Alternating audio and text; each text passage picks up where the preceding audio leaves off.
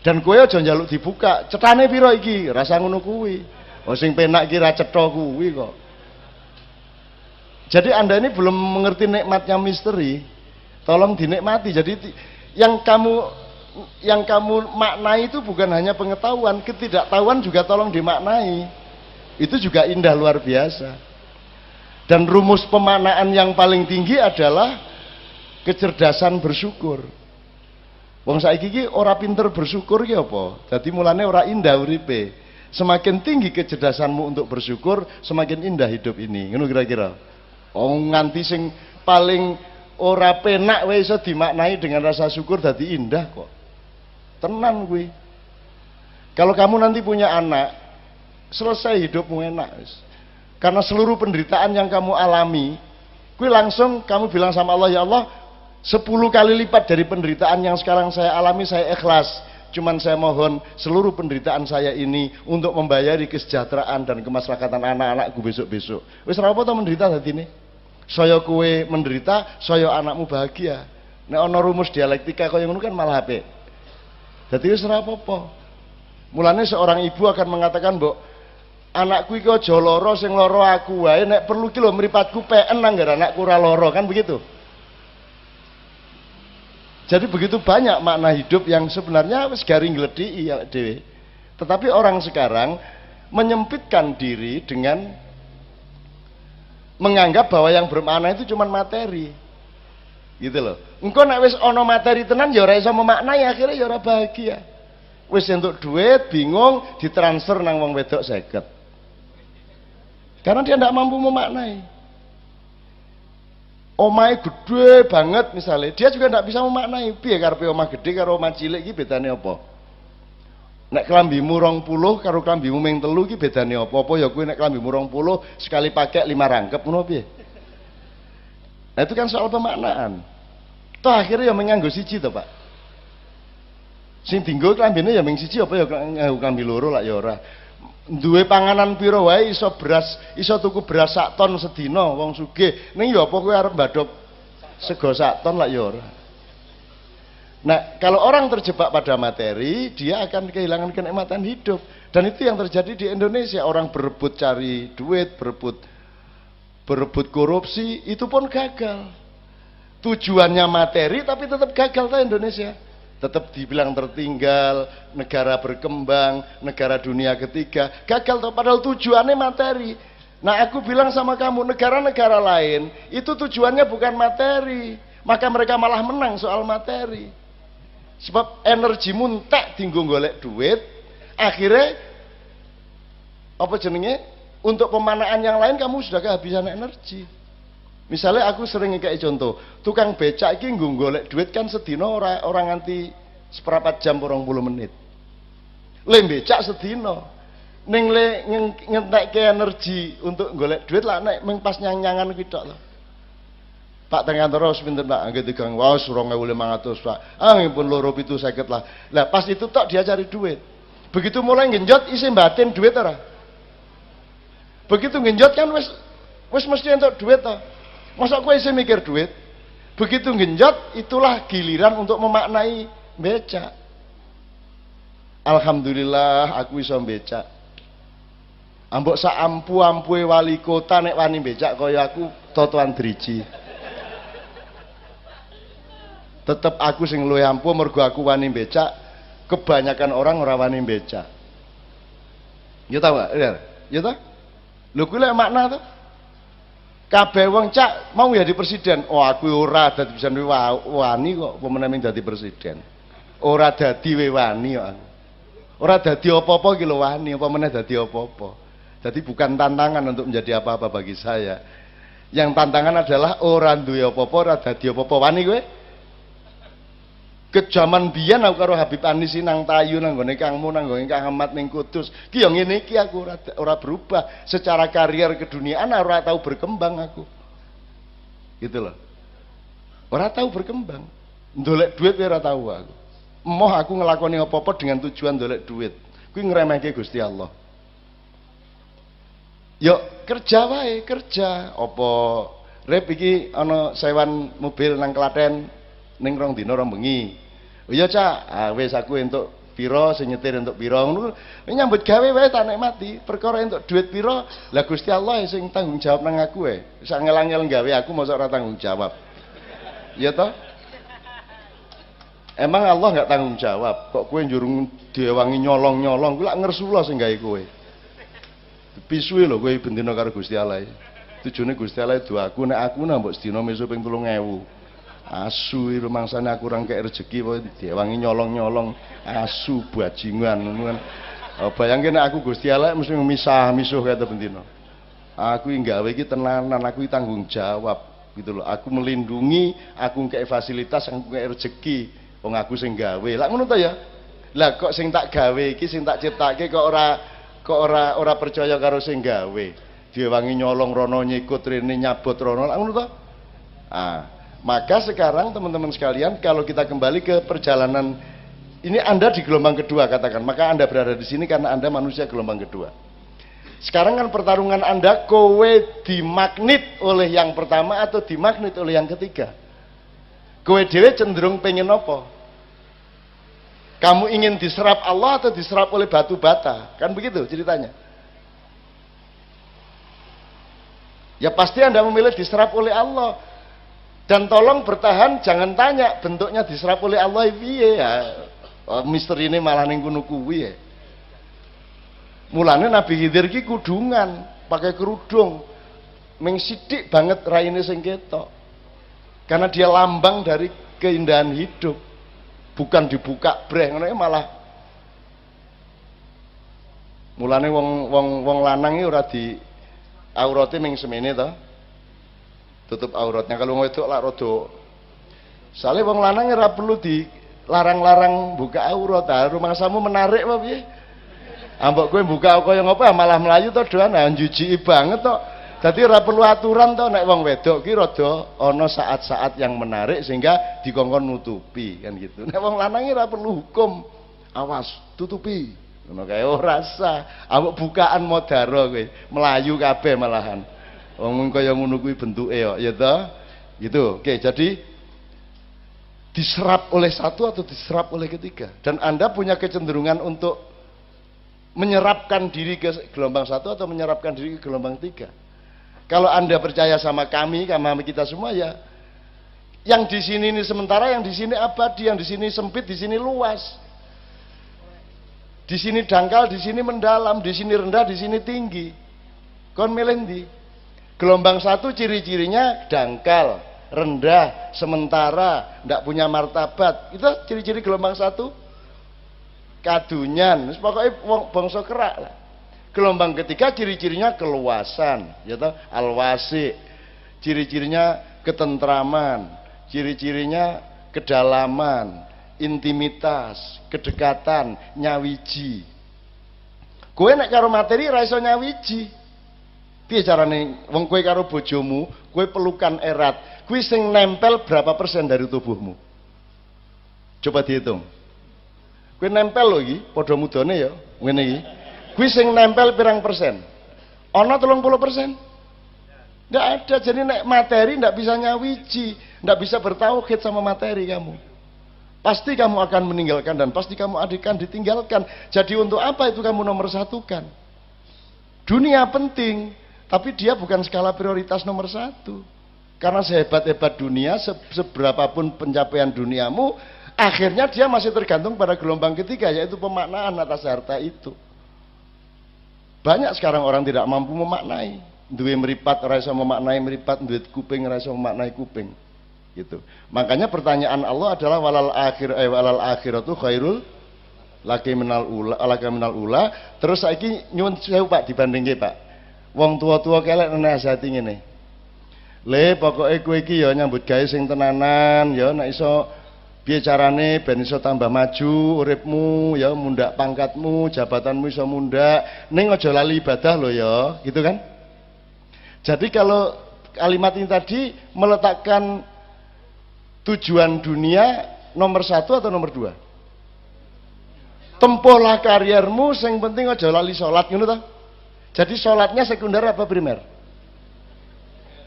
Ayo aku takon. Primer itu artinya utama. Lu nek utama kalimatnya orang ngono. Nek salat ibadah itu primer, le sing penting kowe golek Gusti Allah ya. Ning aja lali nyambut gawe. Ngono kalimatnya. Itu berarti Allah primer, dunya sekunder. Sing ndi sing bener, Mas? Yang primer ini keduniaan apa Allah?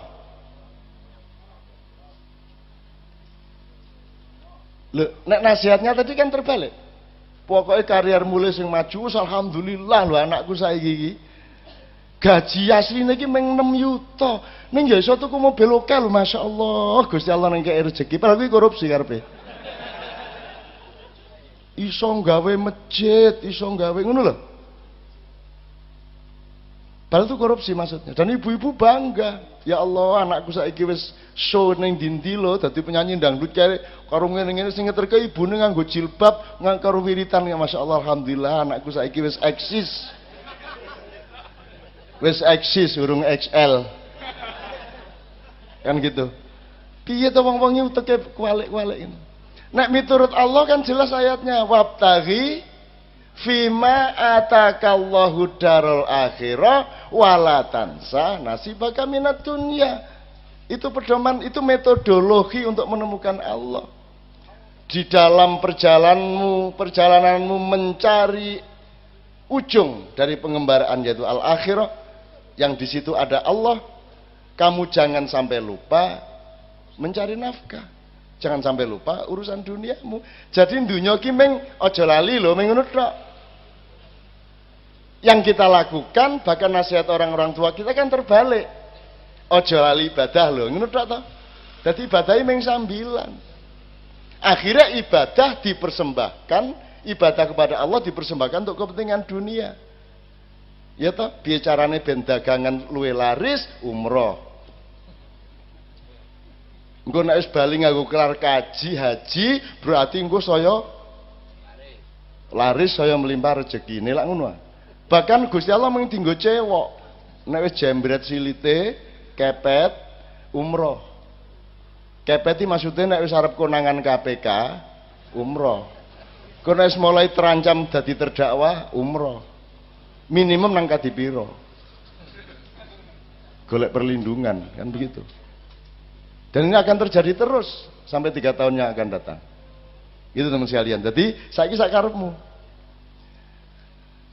Saya ingin mengatakan sama Anda, saya sudah 60 tahun lebih dan saya sangat menikmati itu tadi. Wabtaghi fima atakarul darul akhirah. Jadi aku ora kepencerut dunia iki. Blas. Ya ning aku ora nganti kaya Sayyidina Ali. Nek Sayyidina Ali itu kepada dunia dia mentalak 3. Nek aku talak 1 wae lah. Artinya ya dunia gurri ghairi laqad talaqtuka thalathatan, wahai dunia kamu tidak usah merayu. Kalau kamu merayu carilah yang selain aku. Kamu tidak usah merayu aku karena aku wahai dunia sudah mentalak kamu talak 3. Kata Sayyidina Ali Nagora. Dunia tak rabi ning manut aku. Ora tak talak kowe. Nek kepeksa nek kowe mulai macam-macam karo aku tak talak dunia. Duit mulai menjajah aku tak buang. Kan begitu. Apa wae yang semua sifatnya keduniaan tak tinggal nek mulai arep menjajah aku. Apa wae? Media massa 15 tahun saya tinggal. Televisi saya tinggal, tidak mungkin saya siaran televisi. Kalau ada di ADTV Jogja, itu bukan kita siaran di televisi. ADTV ngambil acara seperti ini dimuat. Tapi bukan kita syuting untuk televisi. Karena televisi kalau ngajak kita syuting mereka yang ngatur, saya tidak bisa diatur. Aku rasa diatur sapa-sapa. Aku ora taat karo Kanjeng Nabi ora taat aku. Muter aku ya. Wah, cak nu ora taat karo Kanjeng Nabi. Ya ora no. Taat nang Gusti Allah no. Kanjeng Nabi dudu Gusti Allah, Kanjeng Nabi ki mung dikon ngeterke apa wae sing kudu kok taati saka Gusti Allah, tapi hak untuk ditaati itu Allah Subhanahu wa taala. Ngono lho. Kudu wani ngomong ngono kuwi. Nek ana Kanjeng Nabi nyun sewu nggih, nyun sewu. Ya ngono, ora apa-apa. Kudu dikendeli. Ha iki do ingah-ingi. Wah, Nabi Musa sekti, jare sapa? Ora ana wong sekti. Lha ku tongkate iso nyigar segara kuwi lak mau pas diperintah, coba sore ning ngene meneh nek mbelah. Ora. Rumusnya jelas, la haula wala quwata illa billah. Jadi semua pendapat saya ini insya Allah dibenarkan oleh semua Rasul dan Nabi. Dan mereka tidak mau menyaingi Allah. Sekti nama mboten Nabi Musa? Mboten. Orang no, selain Allah sakti tidak ada. Hanya Allah yang sakti. La haula wala quwata illa billah. Cetha welo-welo. Lah kok Nabi diarani sekti njur kowe dhewe percaya nek kowe sekti. Aku kowe ra iso ngarani aku sekti, tak tolak kowe. Nek kadang-kadang rada ajaib kae tak dudui ki rahasiane. Ora kuwi ra sekti. Kuwi meng Gusti Allah gawe. Dilalah kuwi nek ora disetel karo Gusti Allah ya ora kedaden. Oke sing sekti-sekti oke, ning kuwi dudu aku sing sekti. Sing sekti Gusti Allah. Nah, nek kowe gelem ndoleki ngono kuwi nikmat banget urip kowe poso-poso ngene aku sering ngomong, aku takon terus terang ya. Kowe jawabnya jujur ya. Kowe jane seneng ora poso iki? Asli. Ora toh? Nah, ning dindi kan ora wani to ngomong ngono. Jadi di Pati ini sudah revolusioner ke gelombang ketiga.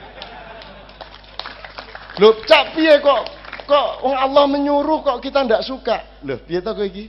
Kowe mulane sing lengkap, sing jangkep harus punya multiple intelligence. Jangan hanya punya mono intelligence. Akalmu kudu rangkep nek wong Jawa. Aja nek ngerti irung, kowe ora iso ngerti irung, kudu ngerti pipine, mripate, bathuke, cangkeme lak ngono. Apa ana irung tanpa liya-liyane kuwi mau? Jenengan nek irung mlaku dhewe ijan.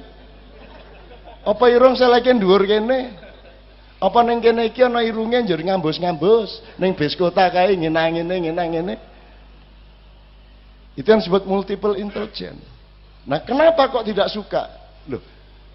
Wong mulya kuwi sing gelem nglakoni barang sing dheke ora seneng ning apik. Kuwi mulya jenenge nggih mboten, Mas? Nek kowe seneng poso, njur kowe gelem poso pas Ramadan, istimewane apa wong jan kowe seneng kok? Nggih mboten? Ning mergo kowe iki asline ra seneng, jenenge menungso isih jasad, kuwi ya mesti seneng badhok, seneng ngombe, seneng ngerokok. Kejaba sing ora. Bab ngerokok ya. Dadi asline lek ora seneng to poso. Ning kowe dhuwur ganjaranmu mergo kowe gelem nglakoni barang sing jane kowe ora seneng tapi kuwi apik. Itu namanya pendekar. Apa ana tentara seneng perang? Wih, hobi aku nek ora nembak dina ora penak rasane. Anak tentara kaya ngono kuwi ya kan begitu. Tanda kedewasaan, tanda kependekaran adalah kalau seseorang sudah rela melakukan sesuatu yang dia tidak sukai atau rela tidak melakukan sesuatu yang dia sukai. Poso mengandung kedua-duanya. Jane kowe ora seneng ning kowe lila ora mangan, jane kowe seneng mangan ning kowe lila ora mangan.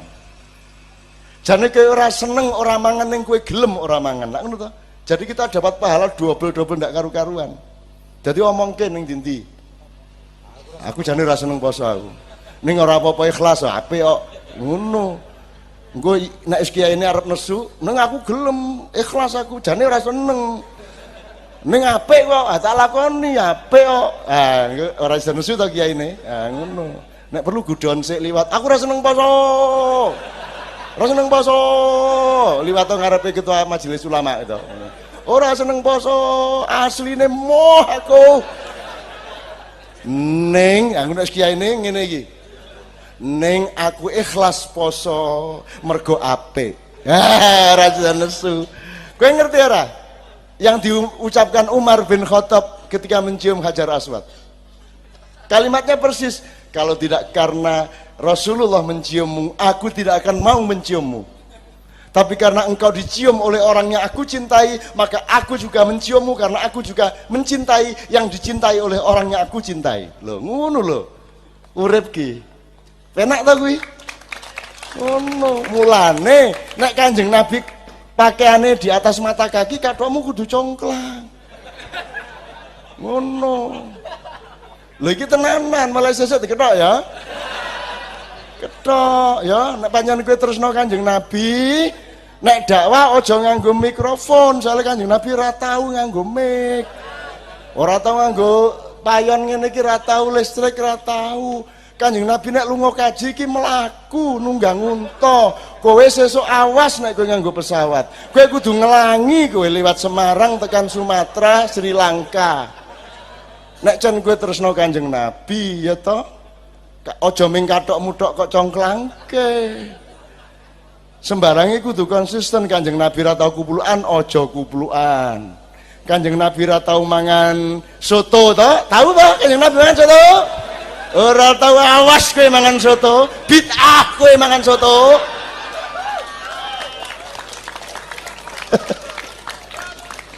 Lah ya bid'ah kok ya.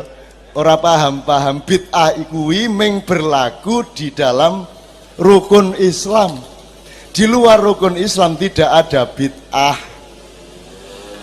Rukun Islam ki aja diganti, aja ditambahi, aja dikurangi, rasa bagusi.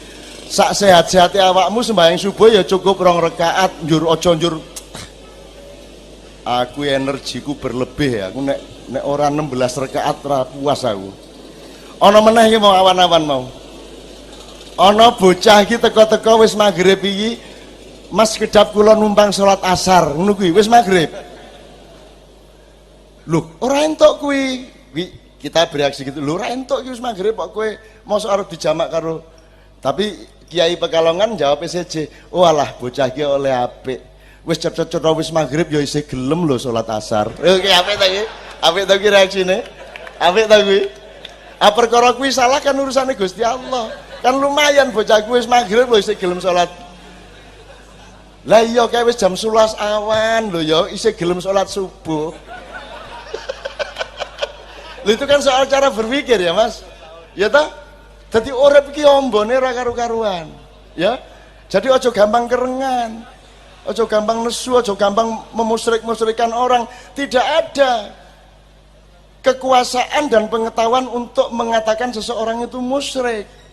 Bagaimana caranya tahu? Wong musyrik letaknya dalam pikirannya orang kok. Niatnya apa, yang dituhankan siapa, kan ada di pikirannya dia dan di hati dia. Bagaimana caranya kamu tahu? Apa mergo ngobong menyan terus syirik ngono? Perilaku kayak apa misalnya? Itu syirik. Bagaimana bisa menyimpulkan bakar menyan itu syirik? Kan tergantung niatnya apa. Lah nek niatnya nih aku mbangane bakar ndasmu tak bakar menyan wae. Piye? Apik ora kuwi? Apik ora kuwi? Loh, yang menjadikan seseorang musyrik atau tidak itu kan kalau dia menuhankan yang selain Allah. Nek ngobong menyan belum merupakan bukti bahwa dia menuhankan selain Allah. Yang bisa membuktikan adalah niat di dalam pikiran dan hatinya. Lah untuk mengetahui niat caranya piye gue? Caranya piye gue? Lah ngecek iki piye? Mulane itu di luar kekuasaanmu, nyirik-nyirik ke wong, ngafir-ngafir ke wong, kamu tidak punya ilmu, tidak punya pengetahuan, tidak mungkin kamu bisa tahu itu. Wong kafir apa ora iki ra iso. Abu Thalib iki mlebu Islam apa ora iki ra ngerti. Belum pernah secara resmi menyatakan syahadat, tapi nek ning jero atine wis wingi-wingi piye? Ya karo Gusti Allah lep meneng ya lep ya kita kandhake nek kowe urung syahadat ya ben kedo sinau sok-sok. Jadi ada fenomena Abu Thalib pamannya Rasulullah yang dibiarkan misterius, muslim atau tidak, dan misterius itu diperlukan supaya orang berpikir terus, supaya punya kerendahan hati kan ngono. Jadi ojo gampang-gampang nyimpulke wong kafir apa ora kafir piye lemu ngerti. Gitu loh, ora iso kowe ngerti. Nek ngobong menyan lah, ngopo ngobong menyan kok ora entuk. Oke? Gasmu. Loh, apalagi di dalam tradisi peradaban Jawa, menyan itu kan berfungsi password. Password itu kode untuk membuka pintu tertentu. Lah ngono to. Kowe mlebu apa, WP sapa, kowe kudu ngerti password-e, kowe tuku password-e ben kowe iso mengakses ke dalam. Nah, menyan itu juga adalah password untuk memasuki sebuah gelombang tertentu. Ayo piye ayo. Ora apa-apa to. Artinya kemungkinannya sangat banyak. Bahkan mungkin orang yang kelihatannya alim sekali itu musyrik ya bisa. Bisa saja dia menuhankan dirinya sendiri, dia menuhankan sholat, bisa toh? Dia menuhankan masjid. Ono loh masjid dituhankan, ya toh? Masjid digembok, ya toh? Bebe? Mikir dipateni lah ya, nek ora kok gawa bali kok. Gitu ya. Jadi semua itu dinamis dan satu-satunya jalan untuk memperlakukan semua itu adalah berunding secara rasional dan saling rendah hati satu sama lain. Gitu. Dan sekali lagi bid'ah itu hanya di ibadah mahdho, nek posone ditunda untuk supaya tidak bareng karo tahun ajaran baru sekolahan. Iki ben ora bareng iki anune posone Sawal wae engko riyayane apa bakdo Sawal iki. Besar gitu. Ora entuk aku bid'ah kuwi jenenge dan sampai tingkat haram. Salat tok ngene. 14 abad ngene tok ora kreatif. Salat ya Allahu Akbar. Sami Allahu liman hamidah. Aku bid'ah jenenge. Kowe langsung Israel teko duduk deyel. Kanggo tabe bedhog kae. Ngono itu bid'ah namanya. Kalau di luar itu ndak ada bid'ah. Kanjeng Nabi ora tau bal-balan, kowe ora apa-apa bal-balan. Sing ora entuk nyaduk bal nang ndase tanggamu. Dangdut ora bid'ah, jare sapa dangdut bid'ah? Apa meneh selawatan? Selawatan ini elek-elek kan ekspresi cinta kepada Rasulullah. Yang salah adalah kalau selawatan dianggap ibadah mahdho, dianggap rukun Islam. Bukan, selawatan bukan rukun Islam. Kue salah nek nganggap selawatan rukun Islam. Tahlilan itu rukun Islam, kue salah. Nek tahlilan dalam rangka cinta kepada para aulia, kepada Nabi, kepada Rasul, apik. Sing ora entuk tahlilan tengah-tengah sholat. Sami Allahu liman hamidah. Afdhaludz dzikri fa huwa la ilaha illa. Kuwi salah, kuwi bid'ah. Dangdut ra apa-apa, dangdut kok ora entuk, dangdut ora bid'ah. Sing salah kuwi nek kowe dangdutan pas jemuan ning ngarepe masjid. Pacul wong ndasmu ta ya ta? Itu jadi mbok ngerti proporsinya ya, duwe ilmune, ngerti pemetaane, ngerti logikane, ngerti di mana wilayah perdanya. Aturan bid'ah itu di mana wilayahnya, tidak di semua hal ada bid'ah. Sepak bola ndak apa-apa, parpol ndak apa-apa, kabupaten pati ndak apa-apa, belajar silat ndak apa-apa. Rasulullah ndak belajar silat, kamu boleh belajar silat. Rasulullah olahraganya cuma memanah sama gulat. Karena gulat ampuh tenan ya. Gue tahu tanding tenan gue. Totoan. Ono wong ngenyek bendino. Ngenyek. Angger Kanjeng Nabi nang Ka'bah, ning kono wong dodol apa-apa njur Kanjeng Nabi bisiki soal tauhid. Terus bocah kuwi mesti liwat. Tauhid nih ya. Tauhid. Wis dinyak bendino. Kanjeng Nabi suwe-suwe jenenge ya menungso to. Akhire Kanjeng Nabi ngene wae. Kowe gelut karo aku, nek aku kalah aku leren dakwah, nek kowe kalah kowe lunga saka kene. Oke, begitu oke langsung ditungkul karo Nabi terus di take down. Jadi kena ngene iki set, sikile diwet ngene iki blek, dikunci terus armbar. Armbar iki tangane dicuklek kene di anu sikile Kanjeng Nabi wis kene ra iso anu. Wong ndelok dhewe aku. Wah, ampuh tenan ku. Wah gitu. Ayo guyon ra entuk, guyon ya Kanjeng Nabi nek yo jenenge guyon kok. Guyon yo ora mungkin aku ndelok dhewe. Ning ya mungkin wong soal gelombang kok ya ta? Iya ta? Hidup itu sangat dinamis, oke. Itu contoh-contoh. Jadi tolong soal itu jangan bertengkar Bid'ah soal segala macam itu ojo njur kowe ngurmati, wah kayak wiritane ampuh lho kae. Lho wiritan itu input. Ibadah itu input, belum output. Outputnya tadi itu Pak, amal soleh. Nek perlu kowe aja ngerti nek kowe sering seneng wiritan, mergo wiritan kuwi kan dinggo melembutkan hatimu, meningkatkan rasa sosialmu, mendekatkan dirimu kepada Allah, sehingga begitu kamu keluar rumah, keluar masjid, kamu menjadi sangat santun kepada banyak orang.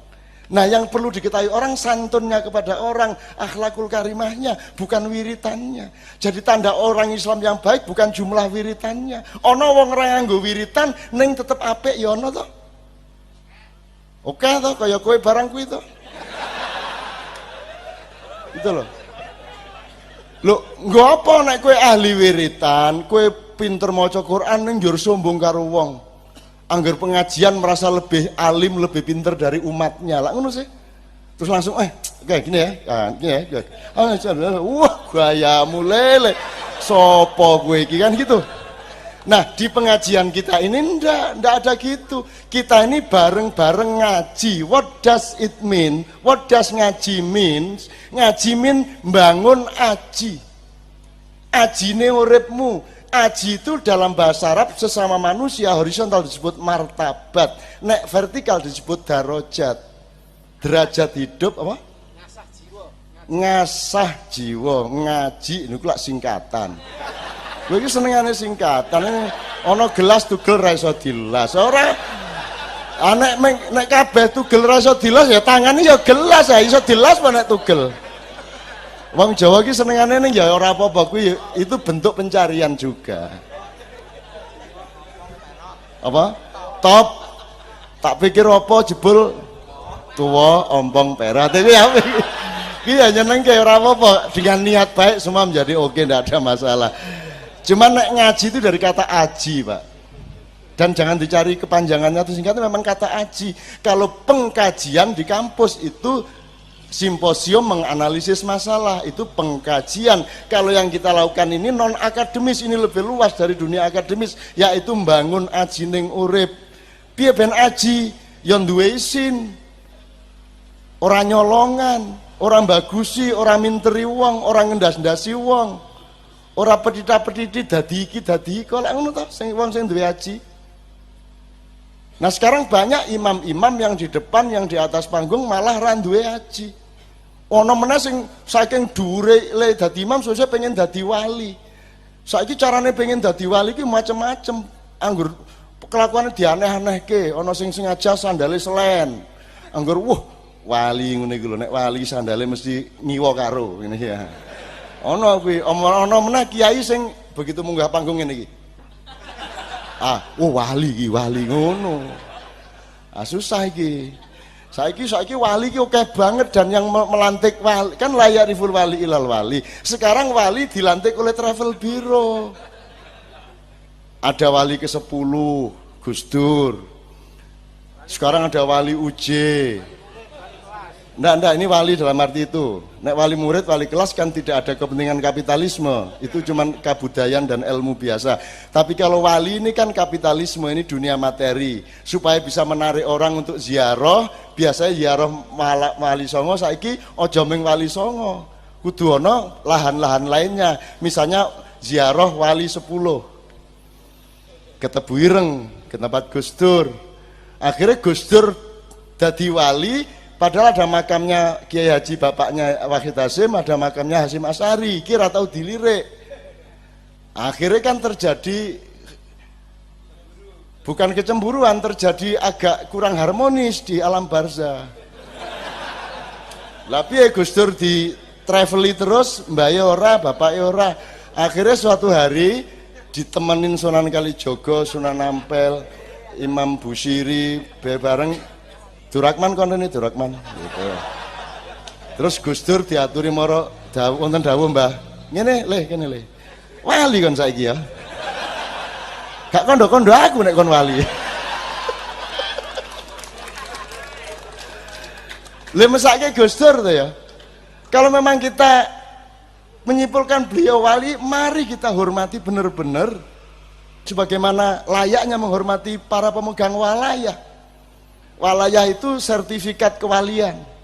Nek risalah sertifikat kerasulan, nek nubuah sertifikat Kenabian nek khilafah sertifikat Hizbut Tahrir. Jane wae kene kabeh ane wis dipek Hizbut Tahrir ya wis ben ra apa-apa, wis ra apa-apa. Wis kene malah ora dadi khalifah, malah ra dosa to ya, malah penak gitu. Nah, mari kita hormati benar ini kan enggak. Gus Dur diwalikan untuk kepentingan travel, bisa mempengaruhi banyak orang untuk menyerap duitnya. Jadi sekarang ada wali 10, kemudian ada wali 9 Jawa Timur. Kan wali kan songo kan Jawa Timur, Jawa Tengah, Jawa Barat. Jawa Barat 1 Sunan Gunung Jati, Jawa Tengahnya Sunan Kudus, Sunan Kalijogo, Sunan Muria. Ya. Ora Bonong Jawa Timur. Ya, ya. Nah, berarti di Jawa Timur tinggal 5. Tinggal 5. Lah ben jangkep wali songo Jawa Timur goleke 4 meneh. Golek-gali ana Yai Bungkul, ana Sunan Sopo. Dan cara mencari wali yang baru itu tergantung sing gampang rute bise nang ndi. Jadi sing gampang diliwati bis dhek dadi wali. Lah piye kaya ngene iki? Itu yang namanya gelombang kedua diserap oleh gelombang pertama. Gelombang kedua yang seharusnya mengabdi kepada gelombang ketiga, dia malah diserap oleh gelombang pertama. Bahkan dunia gelombang kedua dan ketiga dijadikan komoditas pada gelombang materialisme yang pertama tadi. Itu. Oke, pertanyaan lainnya toh. Supaya tidak berkepanjangan nih soal wali ini nyenengki soalnya.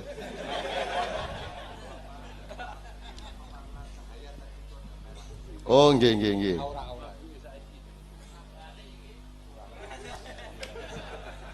Gini Mas. Piye. Oh nganti sahur. Disediake apa ning kene? Amuk modaro. Atene dodol omah ya. Gini Mas. Sesungguhnya cahaya itu kalau ada warnanya itu separuh objektif, separuh subjektif.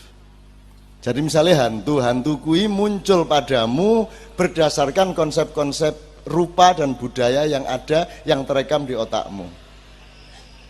Begitu juga cahaya. Orang Jawa, orang spiritual non Jawa, para pejalan tasawuf punya konsep masing-masing. Misalnya kalau Jawa warna yang paling tinggi, langit yang tertinggi wungu. Tapi alasannya filosofis. Wong sing wis dhuwur tenan kuwi wong sing wis wungu, ya kuwi tangi. Nah, jadi itu filosofis, dia tidak objektif. Gitu loh. Objektifnya bisa biru muda, bisa ungu, bisa kuning, dan itu tergantung, tidak ada masalah. Karena warna itu bukan fakta warna. Warna itu sesungguhnya adalah modulasi dari gelombangmu dengan gelombang cahaya. Ngerti ora? Jadi jangan bingung dengan ketemunya warna-warna pada Anda, semua disyukuri. Menurut saya salah satu pemanaan yang pragmatis adalah Anda jangan tidak mensyukuri apapun yang datang ke Anda. Oh saiki ngimpi elek we kok syukuri ya.